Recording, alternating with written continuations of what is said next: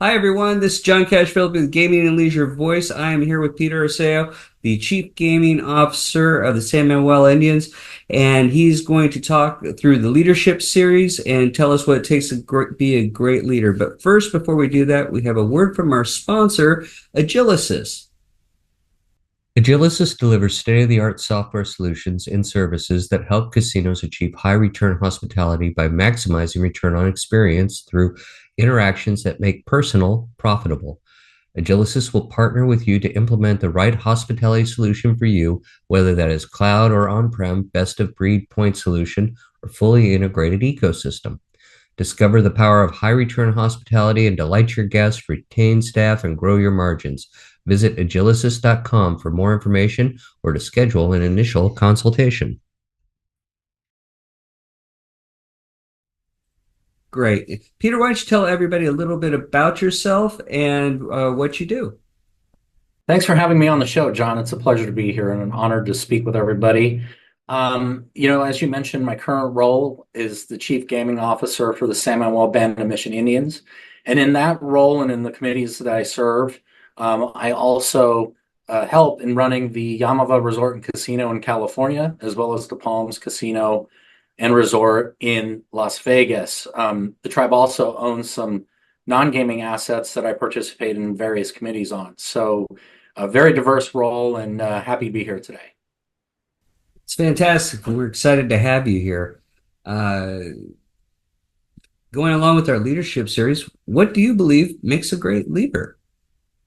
Um, you know, in preparing for this discussion, I was thinking through, what sort of leadership styles sort of I'm drawn to, and I don't think I could pick any particular one. I think in today's world, a leader has to be adaptable. Every individual likes to be led differently and responds differently to different prompts from a leader. So I think understanding your team, understanding what their needs are, connecting the dots between their goals, their personal and professional goals, and where they want to go in their career that align with the organization's goals, and being able to adapt both of those together for the right group of people to succeed and flourish. I think, being able to do that as a leader today is a really good skill to have, as well as to be thinking forward for the organization. Where should the organization be in the future, and are the resources and people aligned with the direction of that future goal? That's it's great you'd say something like that. Have you found, especially with the Palms and Yaamava being two separate properties, have you found that your leadership styles between the two have had to adjust a bit because Vegas versus tribal versus, Yeah, and I would also add to that along my career, I started my career with Boyd Gaming. I worked for Colony Capital, the Las Vegas Hilton. Worked for the Salt River Tribe out in Arizona prior to joining San Manuel. And each one of those organizations had a different style of doing business, had different goals. The people who worked within those organizations had different backgrounds and came together in different ways. And so I think that's where I kind of developed that style, was every stop along the way throughout my career. As I reflect back on it, I had to adapt. Boyd Gaming had its way of doing business in the 90s, and you had to adapt to that and respond to that and thrive in that.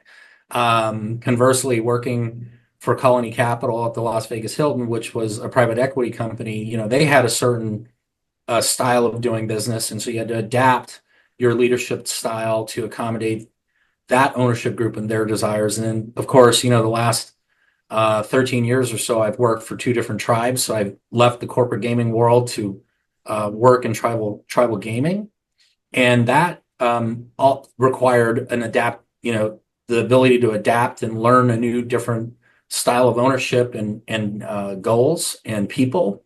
And so being able to adapt to those different environments, I think, was the keys to my career path, and being able to understand who I work for and who I work with to ensure that we were all aligned and doing the right thing and all going in the right direction. Yeah, no, you're absolutely correct. You and I both have worked on both sides of that, commercial versus tribal, and you're right. I mean, you've got to adjust for not only that, but region, area, the whole bit, and nobody is alike. And sometimes even within the same property, you have to use different styles. So, yeah, you're absolutely correct.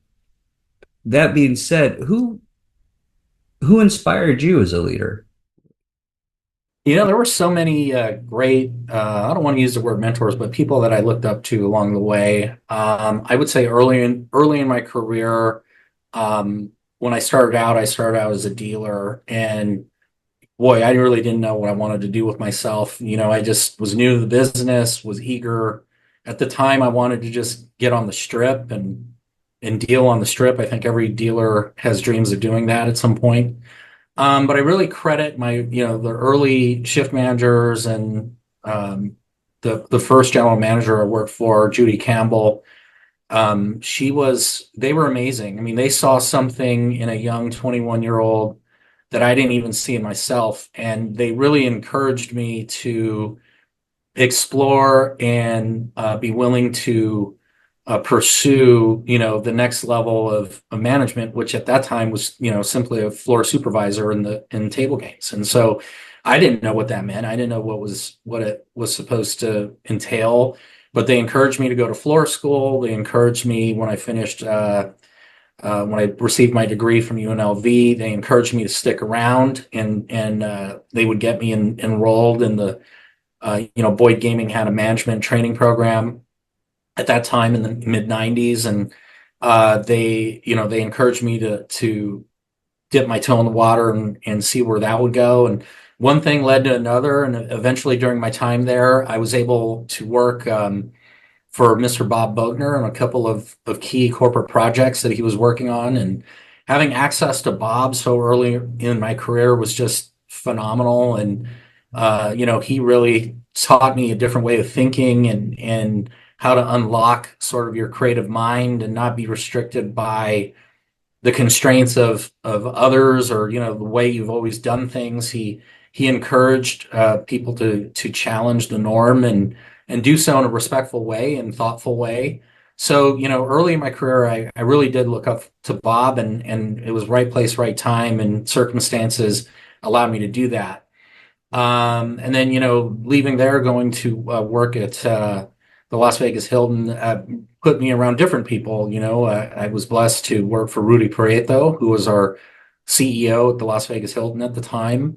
And, he had a different perspective on operations. And, one thing I picked up from him was if you see a problem, you own it, whether it's in your department or not. And I was like, wow, okay. I was, I think, in IT at the time, and I went to him and I said, hey, I saw this situation over at one of the restaurants, and he goes, great, go fix it. I'm like, but I'm in IT, like, he goes, well, you saw it, you identified it, you own it, go see it through. And boy, that was a hard lesson to learn. IT guy knocking on the SVP of hospitality's door with the food and beverage issue that I saw, and saying, I got to make sure this gets taken care of. And things like that. I think those leaders knew something that I didn't know, and they really empowered me to step forward and really find myself and help shape who I would become as a professional in the gaming industry.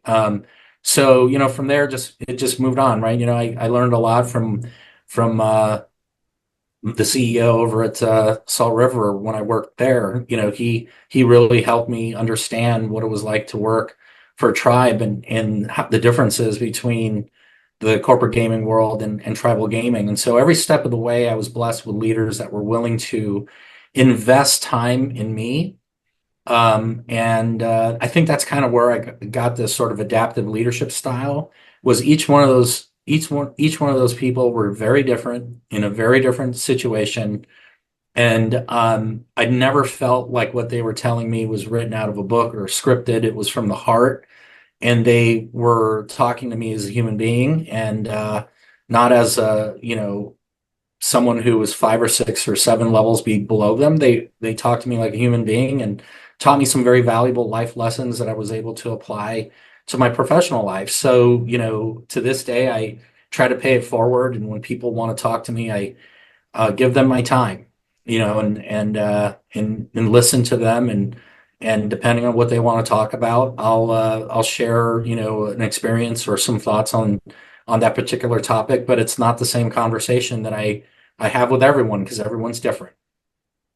That's such a great lesson for everybody, to learn is, share your time, pay it forward because so many people spend time with us, and as we're going. And you've always been a hero of mine because you're one of those people who went out, you were an IT person who actually went out. And so many people can, because you broke the ceiling. Everybody said nobody in IT will ever be a GM or be in Yeah. game, and you broke the ceiling for us. So now there's no excuses. You Well, know? the first step, John, was I wanted to be in marketing. That was everyone laughed at that. They're like, an IT, they say IT guy back then. No one in IT ever goes into marketing. That's never going to happen, right? And I go, well, why not? I had to ask the question, well, why not? Well, because that just doesn't happen. IT people aren't, they don't make money, they spend money. So interesting side story, John. When I was in IT, I was director of business systems. So I started, I was overseeing the business analyst. So I went to the business analyst and I said, okay, everyone thinks that IT doesn't make money. We're going to prove them wrong. So we would go out and we were the functional experts in each of the system categories. And we would go to the department and I would show them the ROI, right? Dear Department X, you're using 60% of the capability of your systems. If you use the remaining 40%, you could lift revenues by blank or save overtime or whatever. And I would document it and I would put it together in a neat little kind of one pager. And I would walk into a leadership meeting and we go around the horn and I go, well, this week IT generated $3.5 million in revenue and saved over 750,000 expenses month to date. And people would look at me and they'd be like, what are you talking about? And I go, well, this is what we did for this department. This is what we did into this department. Prior to IT's involvement, they weren't doing X, Y, and Z. So I'm taking credit, right? And it was sort of a funny little ha-ha. Some people were like, oh, great. Here comes Arceo again. He's going to come in and take credit for this. I go, well, I'm just saying, I got the logs to prove that our team came over in the before and after. So, I didn't let, again, I didn't let the traditional kind of viewpoint of IT. I was like, no way, we're going to use this as a rally cry. We're going to prove people wrong. We are a value add department. We're not just an expense department, and so that was always my attitude. Yeah, and that's great. I mean, IT guys who are watching this, take note because that's the truth. We can generate revenue by helping other people generate revenue, showing them That's out. right. So you kind of went over it a bit, but were you at one point, did you ever feel like you were thrust into the leadership role, or did you just fight tooth and nail to get there? It sounds to me like you fought tooth and nail to get there.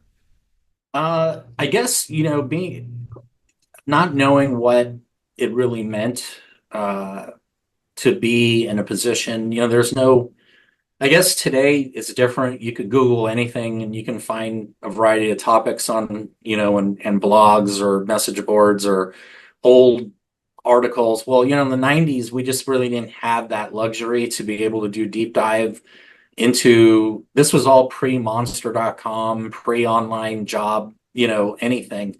So when someone said to you, "Hey, we'd like you to, participate in our management training program." Okay, well, what does that mean? I don't know what that means. I don't know what it means to be a good manager or director or, I don't even think vice presidents were really prevalent in the industry at the time, save for a handful of the really large properties. Everything was still family run. You had the Boyd Gamings and Michael Gunn had his, group, and you had Steve Wynn, and everyone had their casino groups. And so, what did it mean to be a leader? I don't know. You know what? Because it varied depending on who you work for, and being in your early 20s and you're just trying to figure out the business and starting out your career, you just don't know what it truly means to be in that leadership role.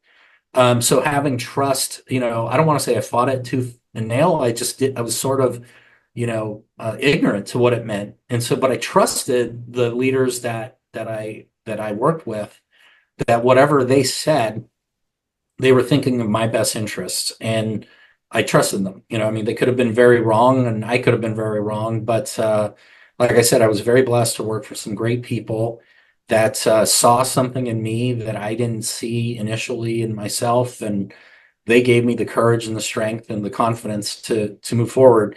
And I'll tell you, in the beginning, it was very hard because I was always the youngest, fill in the blank, right? I was the youngest floor supervisor. I was the youngest pit manager. I was the youngest shift manager. And along with that comes a lot of negativity by some people, right? They look at you and go like, you're 10 years younger than me and you're supervising me. And that's a hard thing to deal with when you're in at that age. It's very difficult to kind of process that and feel confident that you're making the right decision. But I recall an assistant general manager coming to me and said, Peter, we wouldn't have put you in this position if we didn't have faith in you and we didn't believe in your decision making skills. So make the decision, regardless of what pressures are put around you by others. Make the decision, and if it's the right decision, we will come and congratulate you, pat you on the back. If it's the wrong decision, we will come to you, we'll talk about it, and we'll explain the options that you would have had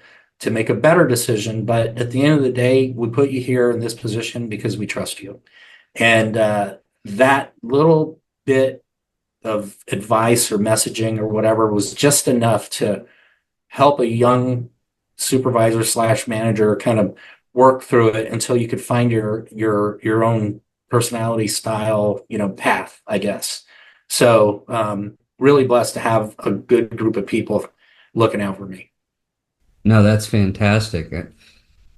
Bring a tear to my eye the way you said that. I mean, that's great to have people who care that much about you.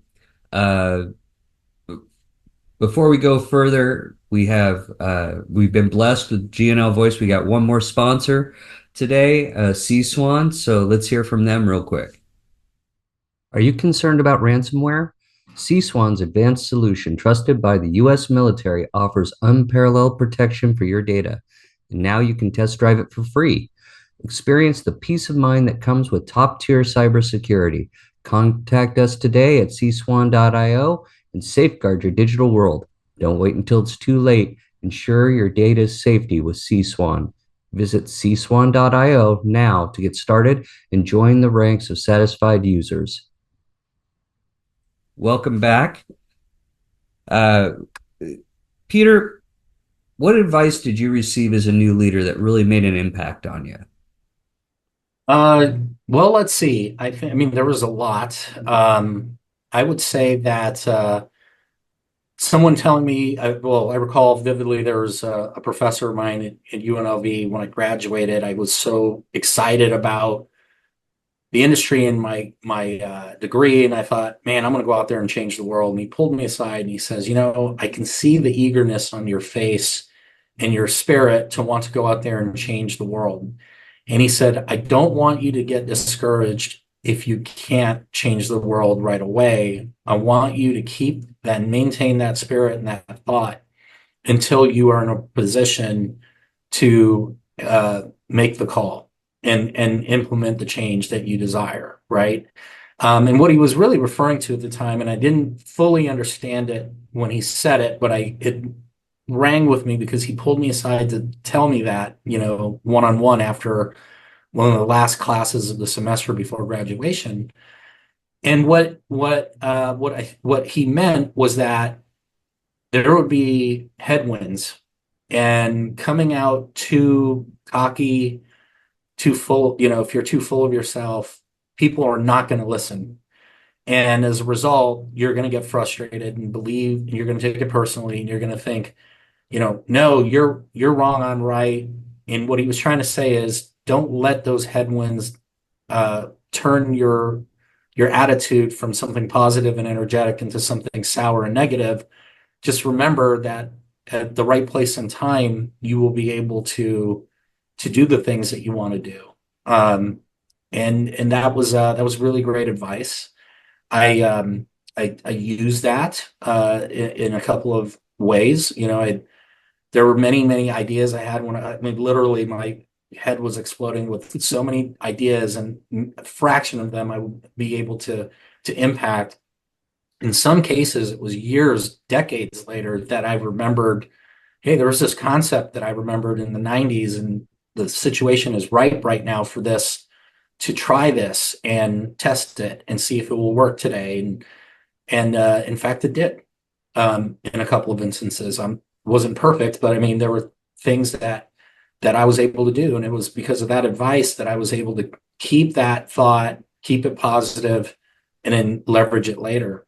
And then the other piece of advice I think I was given along the way was whenever I'd get promoted, someone would pull me aside and say, take the time in your new role to learn people that work for you and that you work with, and just absorb, you know, what their goals, what their priorities are before you start talking about yours. Just do a lot of listening, take a lot of notes, and try to understand your surroundings before you say anything. But and people are going to say, "Hey, what do you want to do in your new role?" Resist the chance to talk about you, talk about them, listen to what they want. That if you can get their priorities and understand who they are, then they'll be more receptive to what you will have to say down the line. And there's no rush to do that. And so that's something I practice to this day. Whenever I'm in a new role or asked to do something different, I always go to the constituents and the people that I work with and try to discover what's important to them and how I can add value for their goals before saying a word about, my particular mission. That's all great advice. Absolutely fantastic. Everybody watching, take heed because that is the truth. Just make sure that you're listening a lot more than you're talking, as my mom used to tell me, because I've made a life of talking, unfortunately, sometimes. Uh, if you had to look at your leadership styles, there's a lot of them out there. And I know you, like all of us, have to, and you said to begin with, you went through several different leadership styles depending on there.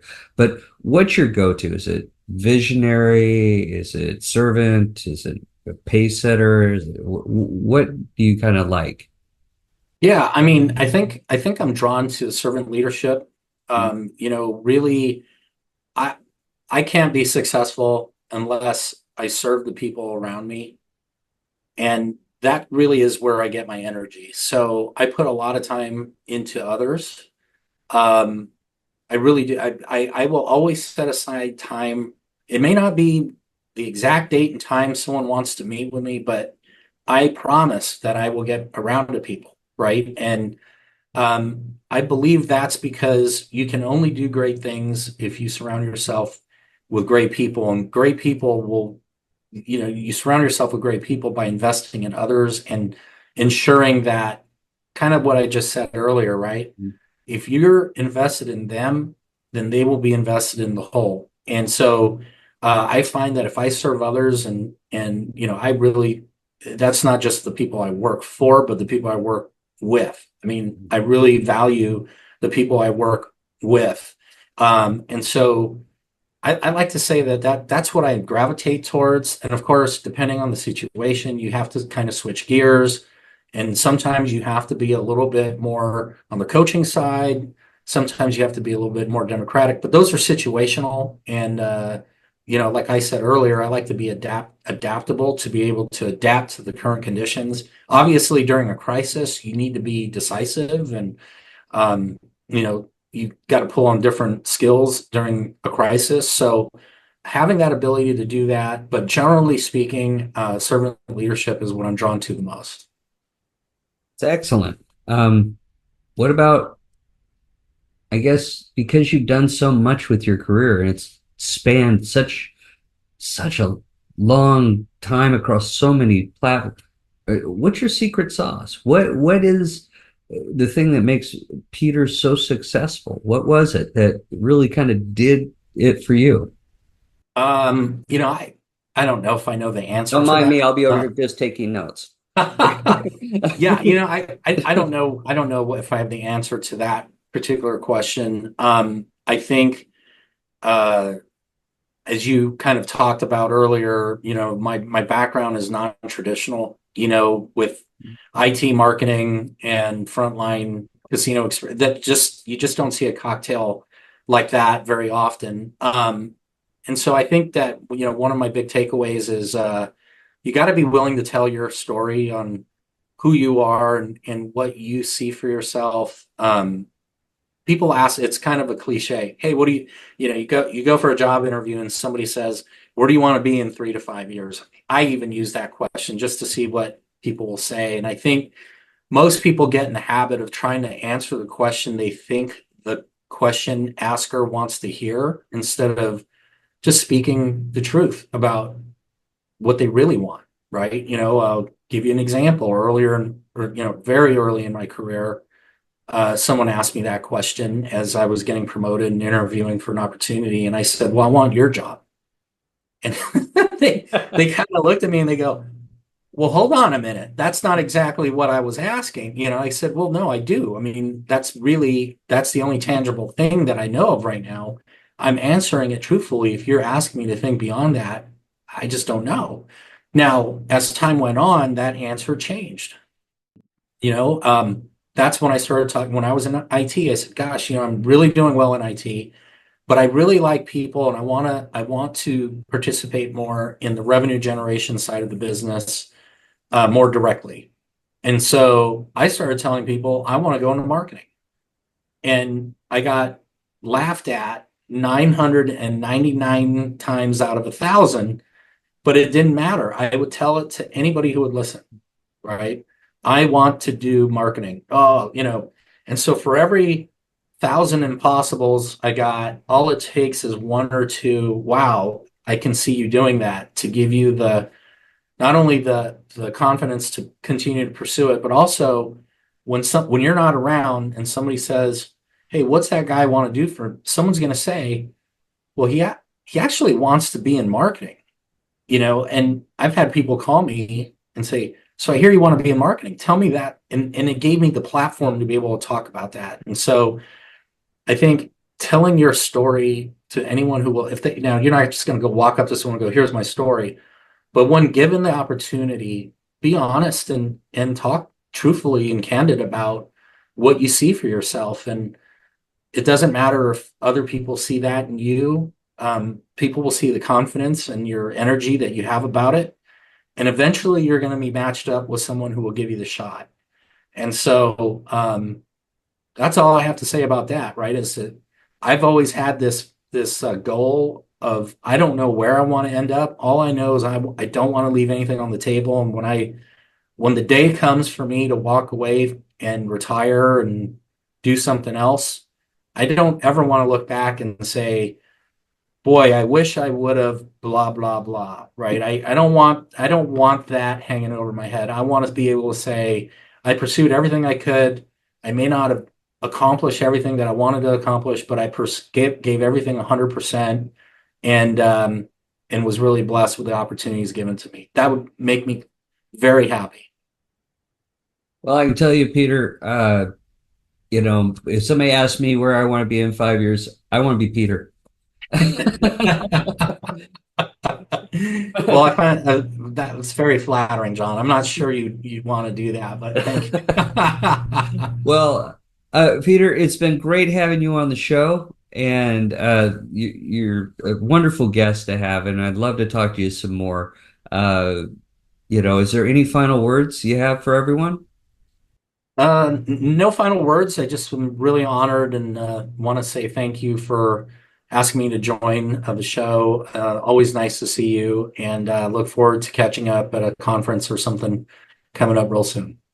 Absolutely. It's Hey everybody, it's John Cash Philippi with Gaming and Leisure Voice. We have had the pleasure of talking with Peter Arceo with San Manuel Mission Indians, and currently in Vegas trying to take care of the Palms. So he's a very busy guy. We really appreciate his time. So we'll see y'all next time.